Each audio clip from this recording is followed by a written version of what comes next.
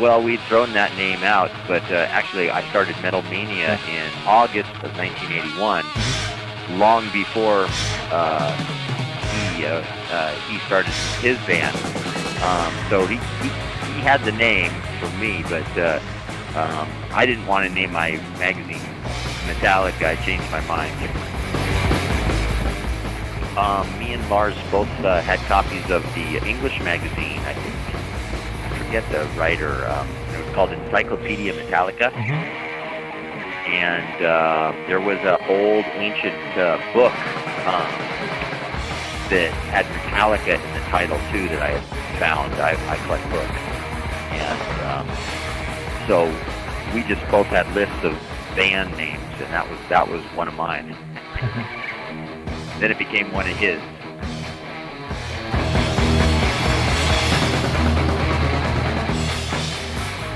Yeah, they probably wouldn't have made it in L.A. They probably would have got beat up. Lars liked to pick fights with Tommy Lee, Nikki Sixx, and one time he got beat up on Sunset Boulevard because he was drunk and yelling at them.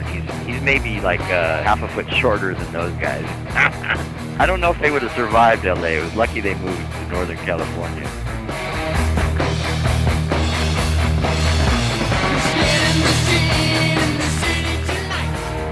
When Metallica moved from L.A. in 1982, they started Metal Mondays at the old Waldorf, and they had 3 heavy metal bands a week. And but pretty soon, all the clubs started booking a weekly heavy metal shows. So instead of maybe a year before there was maybe one metal concert a month, then it became one a week. Then it became almost every club, maybe 5 or 10 clubs, all booking metal once a week. So pretty soon there was metal almost every day, 365 days a year, from what had been maybe 12 days a year of metal. So it was a huge, all of a sudden one year there was that many new metal bands to play all those shows. So, and Metallica was part of that.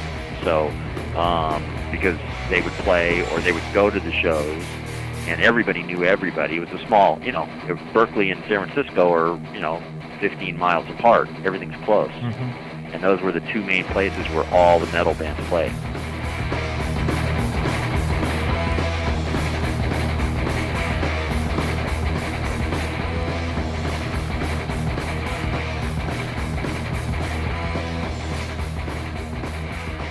In 1982, of course, it was the arrival of Merciful Fate, and very complex, heavy music was really popular amongst Gary Holt and all the guitarists, all the thrash guitarists.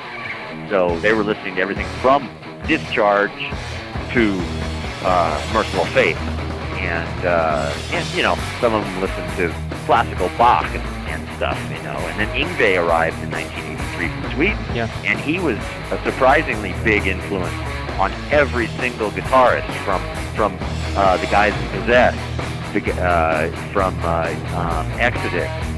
All the thrash guys listened to to Yngwie, and and borrowed some of his chops. Even if they didn't, particularly like his kind of rainbow, purple, deep purple type of music. He was a big influence in the Bay Area amongst all the musicians. For the Bay, it was probably Motorhead, of course. It was always Motorhead. Everybody listened to Motorhead. Diamond Head was an acquired taste. I think me and Lars were really the only ones who really liked Diamond Head.